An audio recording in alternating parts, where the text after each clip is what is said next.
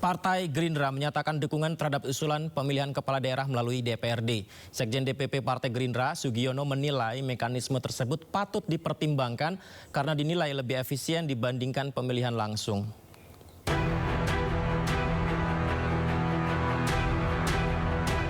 Sekjen DPP Partai Gerindra Sugiono menilai pilkada melalui DPRD lebih efisien dari berbagai sisi, diantaranya mulai dari proses penjaringan kandidat, mekanisme pemilihan hingga penggunaan anggaran dan ongkos politik. Menurutnya pilkada oleh DPRD tidak menghilangkan esensi demokrasi dan dapat diawasi langsung oleh masyarakat dengan lebih ketat. Pilkada melalui DPRD juga dapat mengurangi potensi polarisasi di masyarakat yang kerap muncul dalam pilkada langsung. Meski begitu, Sugiono mengatakan rencana itu harus dibahas dan dikaji secara mendalam dengan melibatkan seluruh unsur dan elemen masyarakat. Saya kira ini adalah sesuatu yang perlu kita pertimbangkan. Oleh karena itu, satu dari sisi efisiensi, baik itu proses, mekanisme, dan juga anggarannya, kami mendukung rencana untuk melaksanakan pilkada lewat DPRD. Kalau kita melihatnya accountability-nya itu lebih cenderung lebih ketat. Kenapa? Karena kalau misalnya tidak langsung kan dipilih oleh DPRD yang merupakan perpanjangan tangan dari partai-partai politik. Partai Gerindra mendorong agar wacana pemilihan kepala daerah melalui DPRD dibahas dan dikaji secara mendalam dengan melibatkan seluruh unsur dan elemen bangsa guna merumuskan mekanisme terbaik. Dari Jakarta, Tim Liputan iNews melaporkan. Pemirsa, sejak tahun lalu Presiden Prabowo Subianto juga menyoroti pelaksanaan pilkada tidak efisien dan terlalu mahal. Presiden Prabowo membandingkan dengan negara tetangga seperti Malaysia, Singapura, dan India yang lebih efisien dalam memilih kepala daerah. Pemikiran Ketua Umum Partai Golkar, menurut saya hari ini yang paling penting yang disampaikan Ketua Umum Partai Golkar tadi, bahwa kita semua merasakan demokrasi kita yang kita jalankan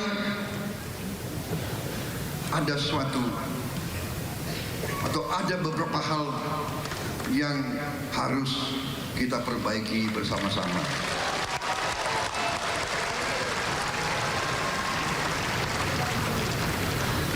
Menurut saya kita harus perbaiki sistem kita dan kita tidak boleh malu untuk mengakui bahwa kemungkinan sistem ini terlalu mahal. Betul. Dari wajah yang menang pun saya lihat. Terima kasih masih bersama kami di Sindo Prime. Pemirsa, sebelum saya baca berita berikutnya, ini saya mendapatkan kotak misterius. Ini apakah ada hubungannya karena saya sering memberitakan berita-berita yang kritis sehingga dikirim kotak misterius ini? Apa isinya ya? Ternyata, waduh, ayam mati pemirsa. Tapi ayam mati sudah dibumbuin. Ini sih enak ya. Seandainya kritik itu dikirimin ayam senikmat ini, bukan ayam dalam bentuk teror. Tentu saja sangat indah sekali ya. Saya icip sedikit ya. Mumpung disuruh gimmick gini, saya makan beneran ya. Karena soalnya ini pemirsa, sejumlah influencer mengaku mendapat kiriman aksi teror. Diduga akibat melayangkan kritik terkait penanganan bencana. Salah satunya DJ Doni yang justru menerima teror ayam mati.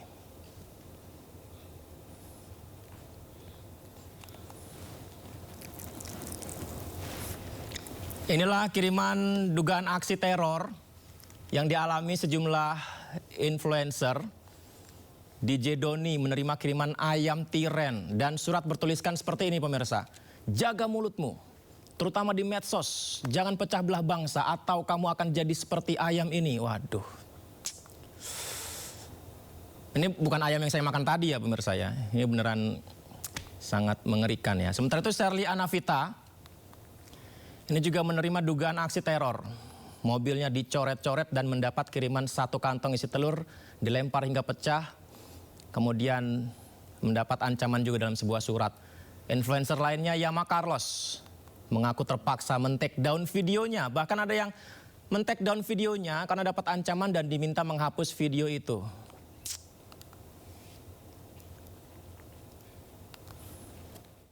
Pagi ini Sherly baru keluar dari tempat tinggal dan Sherly mendapati ini di depan ada satu kantong telur yang sudah dilemparkan dan ini pecahannya teman-teman bisa lihat sampai ke sana, di sana. Dan tadi di depan sini Sherly juga mendapati gulungan kertas kayak gini. Sherly belum buka ini isinya apa. Dan di depan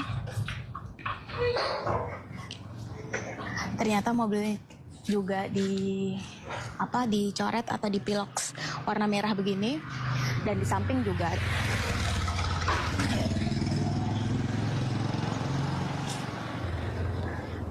nah kita coba lihat ini suratnya isinya apa. Kita coba buka ya.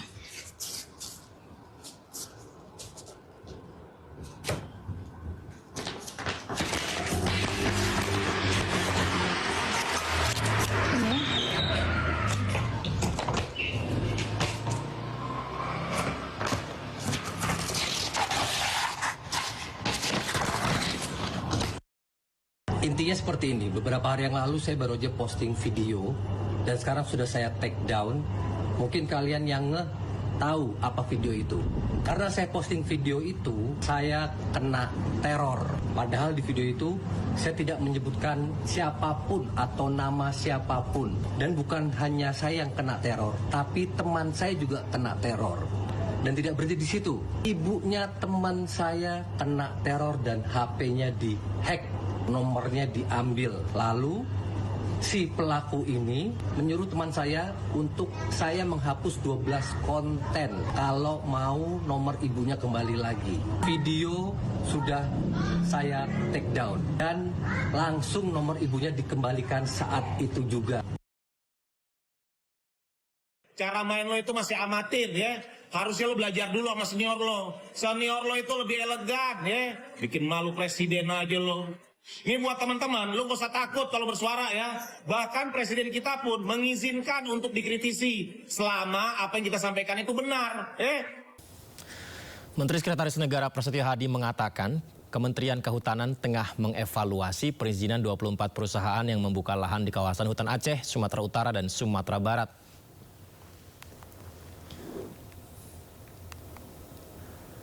Perizinan tersebut meliputi hutan tanaman industri dan hak pengusahaan hutan. Diungkap oleh Prasetyo bahwa audit dilakukan untuk mendeteksi potensi penyalahgunaan lahan hutan yang digunakan pengusaha tidak sesuai izinnya. Adapun penertiban dilakukan lintas provinsi termasuk dengan aparat penegak hukum. Prasetyo mengatakan pemerintah tidak akan tinggal diam terhadap pelaku pembalakan liar. Kementerian Kehutanan juga bekerja keras melakukan pembersihan kayu-kayu yang hanyut di bawah banjir, sekaligus juga melakukan monitoring dan evaluasi kepada kurang lebih hampir 24 izin pengusahaan hutan di 3 provinsi baik HTI maupun HPH.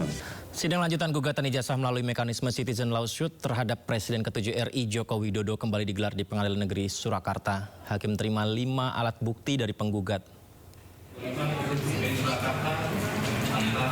Dalam persidangan, Ketua Majelis Hakim Ahmad Satibi melakukan analisis dan pencocokan terhadap 33 alat bukti yang diajukan penggugat. Dari hasil pemeriksaan, tidak seluruh bukti dinyatakan lengkap dan sah. Ia juga menegaskan daftar alat bukti perlu diperbaiki, terutama terkait bukti ijazah yang dinilai masih terdapat perbedaan. Majelis Hakim kemudian menunda sidang dan menjadwalkan persidangan lanjutan pada Selasa pekan depan. Nah, saat ini tibalah saatnya penggugat menyampaikan bukti-bukti berupa surat. Nah, surat-surat sebagaimana dimaksud terdiri atas 33 jenis. Nah, setelah kami lakukan penelitian secara seksama ketika diberi kesempatan oleh Majelis Hakim, tidak semuanya valid. Ada beberapa alat bukti kami itu dinilai tidak valid karena itu asli. Misalkan buku alumni, kami takut kalau dikirim paket dari Bogor ke sini ternyata hilang. Kan tidak mungkin diproduksi lagi karena itu cetakan tahun 88. Kemudian yang kedua juga ijazah Insinyur Bambang yang lulus tahun 85. Kan tidak mungkin kalau ijazah yang asli tiba-tiba dihadirkan di sini ternyata hilang. Nah, Pak Jokowi aja yang menunjukkan kepada teman-teman media aja nggak boleh pegang, nggak boleh ngotret kok. Nah, ini ijazah asli. Tapi kami menilai ada nilai-nilai wise, nilai-nilai bijak, nilai objektif dari majelis hakim apa nanti bisa disusulkan ya. Jadi tidak ada yang salah dengan